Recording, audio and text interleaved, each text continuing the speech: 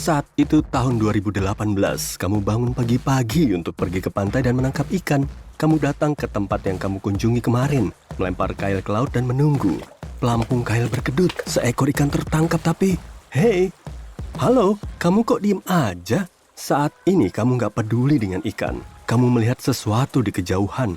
Mulutmu ternganga karena terkejut melihat sebuah kapal besar terjebak di beting. Kemarin, kapal itu belum ada, jadi pasti baru sampai di situ tadi malam.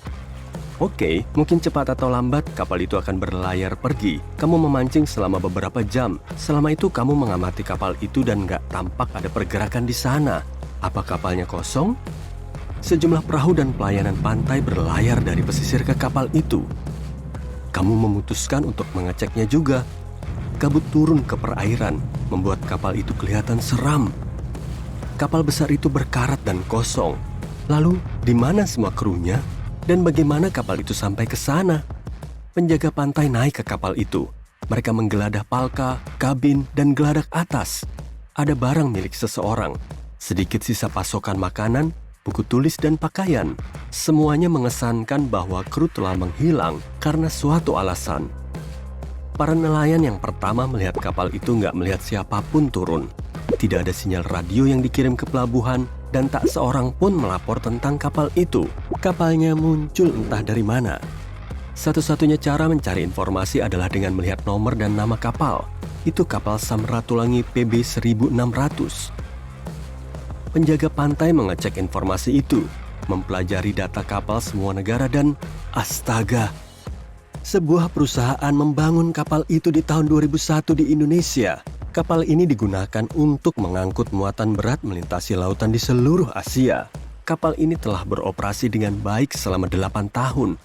Orang-orang mengantar produk industri ke berbagai titik di wilayah itu, tapi terjadi masalah. Di tahun 2009, Samratulangi berlayar di dekat pesisir Taiwan. Dan sudah, itu saja, nggak ada catatan lain tentang pelayaran itu. Tak ada laporan di pelabuhan manapun. Semua orang mengira kapal itu telah tenggelam, jadi sudah bertahun-tahun tak ada yang mencarinya. Lalu, 9 tahun kemudian, kapal itu muncul di sini, besar dan berkarat, di lepas pantai Myanmar. Tanpa pelaut, tanpa bahan bakar, investigasi pun dimulai. Berbagai layanan kota berusaha mencari tahu nama semua pelaut yang bekerja di kapal itu, dan mencari petunjuk yang bisa memecahkan misterinya. Mereka juga berharap pemilik kapal akan segera datang.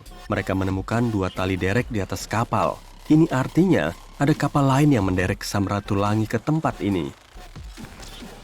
Lalu mereka mengidentifikasi dan menemukan 13 awak kapal. Orang-orang ini bilang mereka ingin pergi ke pabrik kapal di Bangladesh untuk memperbaiki Samratulangi.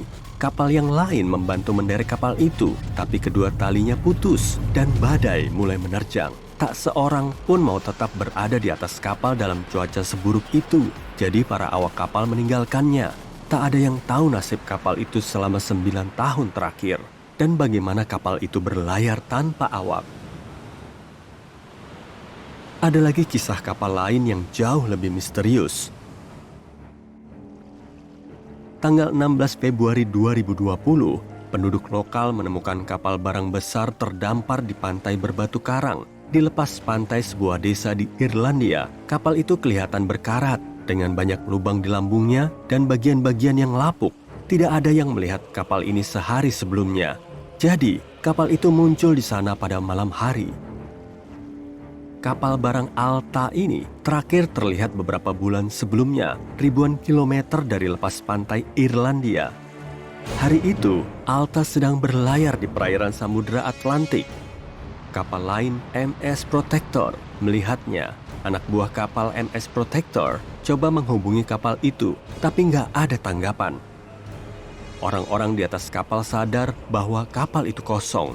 Lalu, 5 bulan kemudian, kapal ini muncul di dekat pantai Irlandia. Ada lebih banyak pertanyaan dibanding jawaban dari kisah ini, tapi kita berhasil mengetahui sesuatu. Pada tahun 2015, kapal Alta hilang timbul beberapa kali dari radar. Semua kapal memiliki sistem pelacak internal, jadi siapapun bisa melacak rutenya dengan satelit. Tapi awak kapal Alta sering mematikan sistem ini. Mungkin mereka terlibat dalam aktivitas ilegal. Di tahun 2017, kapal itu sering berlayar antar pelabuhan di kepulauan Yunani.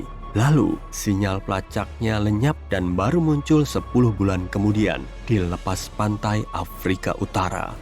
Selama kurun waktu itu, kapal Alta berganti bendera beberapa kali. Di bulan September 2018, kapal Alta berada di Tenggara Bermuda dan menuju Haiti. Lalu, kru kapal mulai menghadapi masalah. Mesin utamanya rusak tepat di tengah Samudra Atlantik. Kapal itu mulai hanyut.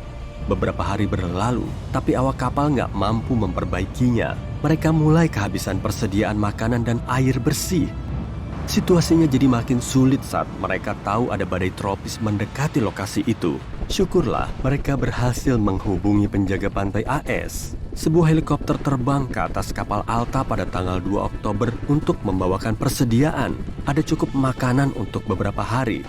Lalu, sebuah perahu penyelamat berlayar ke kapal itu. Perahu itu mengevakuasi semua pelaut dan mengantar mereka semua ke Puerto Rico sebelum badai menerjang.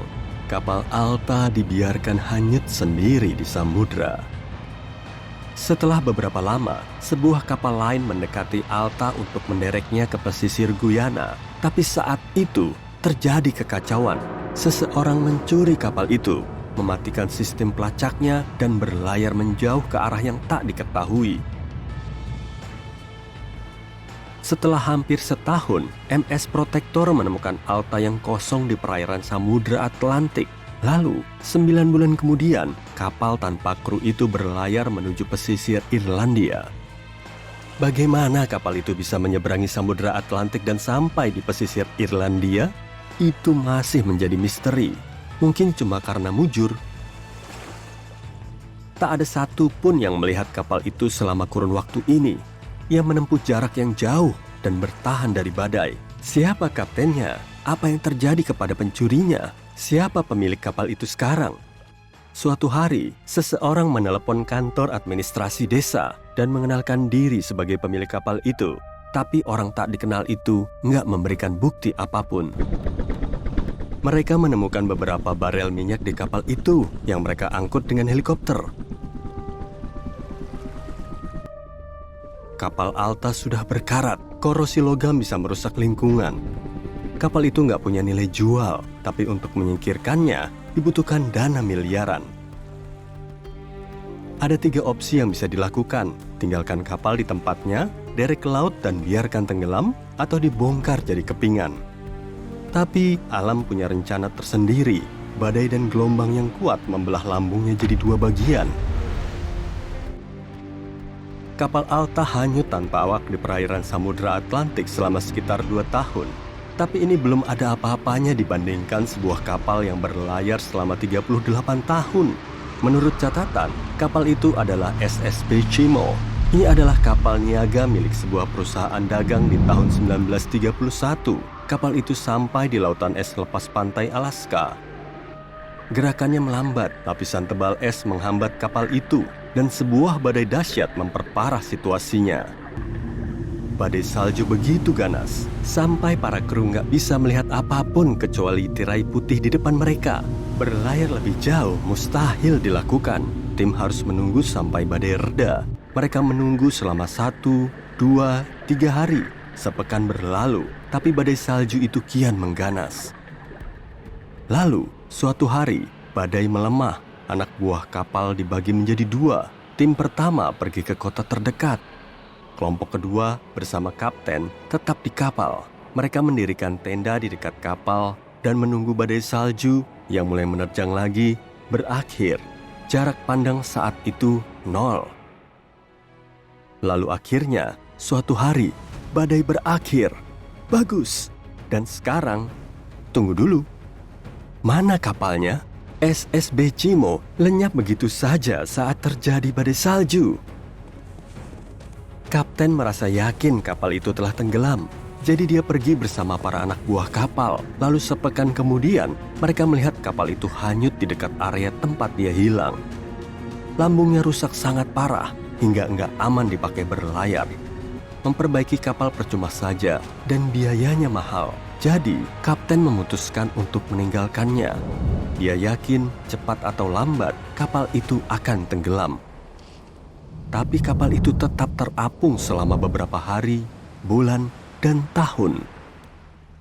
Banyak orang melapor telah melihatnya di berbagai titik di sepanjang pantai Alaska selama 38 tahun.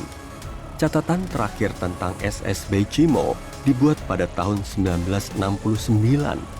Mereka yang melihatnya menyatakan kapal itu membeku seutuhnya, hampir menyatu dengan es. Beberapa orang berencana memulai ekspedisi untuk menemukan kapal itu, tapi semua usaha gagal.